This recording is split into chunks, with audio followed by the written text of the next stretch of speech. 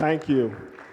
So I'm Keith, and it's kind of funny because I was watching everybody as they were coming up here, and I was trying to figure out, I know I'm number 10, but I don't know who I'm supposed to be after. So obviously they had to call my name because I wasn't actually paying attention to who I was after. So what I wanted to talk to you a little bit about is why I got into coaching. Really thought long and hard about this. Why is coaching so important to me? I'm sure all of you can really think back to 9/11. And I know for a lot of us, probably for all of us, it was a very, very traumatic day. If I asked you and I said, where were you on 9/11? I'm sure that every one of you could tell me where you were. So for me, I was actually at a sales meeting. A lot of people had traveled all over the place. And I called home that night to let my parents know that I was all right, that I was in a safe place. That was the night that I found out my father had terminal cancer. He had pancreatic cancer. At the time, I didn't realize really how sick he was. We had planned a vacation, so we took our kids to Disney. My father ended up passing away on October 2nd. So for me, it was a really huge traumatic change in my life because my father had always been my hero and had been somebody that had been very, very active in the community, and there were a lot of things that he had done that just had a significant impact on me.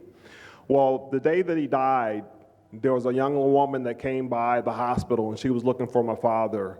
And so she wanted to tell him that she had enrolled back in school. While he had been in the hospital, she was kind of struggling, and she went and, he had a conversation with her. And the thing that I found amazing is that even though my father was sick, he did what he always did, and he was always willing to talk to people, really do everything that he could to really help them out. And so, at the funeral, there were just so many people that came up to me, came up to my family, and basically talked about all the things that my father had done. And so for me, it was, one of those things where I said, wow, what type of power is that where you can really actually change somebody's life, really make somebody's life better?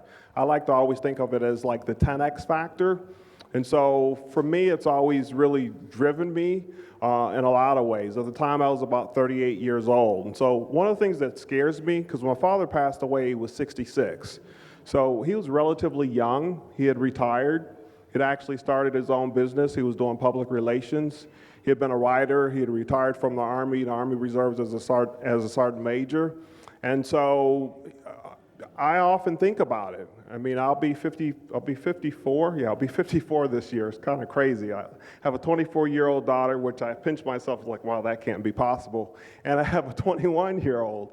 And so you realize this time is really passing along. It's going so quickly. And so I remember when I was here in October, and I actually talked to Irene. One of the things Irene told me, she said, your father died at 66. It doesn't mean that that's what's going to happen to you. But I think the thing is what it does for me, it really pushes me to really do as much as possible.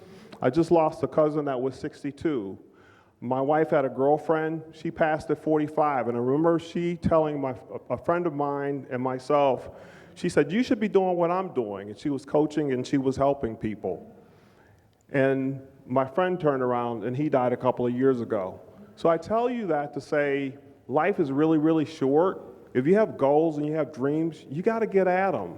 You have to get at them because time is not really promised to any of us. And there's so much talent in this room. I've had the opportunity to meet so many great people. Just do your journey. Yes, there are going to be some struggles. Yes, there are going to be some things that are going to be really, really difficult. But the thing is, we all have the ability to do it. My company is called Coach to Achieve. And the reason I named it Coach to Achieve, because I really, really believe in achievement, doing as much as you can, taking every talent that you have, every ounce of everything that you have to really get at it and really deliver results and do the things that you can do. So if you want to have a conversation with me, if you're struggling, you need some help, and you really want to have better performance, and you really want to make a really huge difference, come talk to me. I'm going to leave one thing for you. And I say this a lot of times when I'm talking to people. Good, better, best. Never let it rest. Till your good is better and your better is best. Thank you.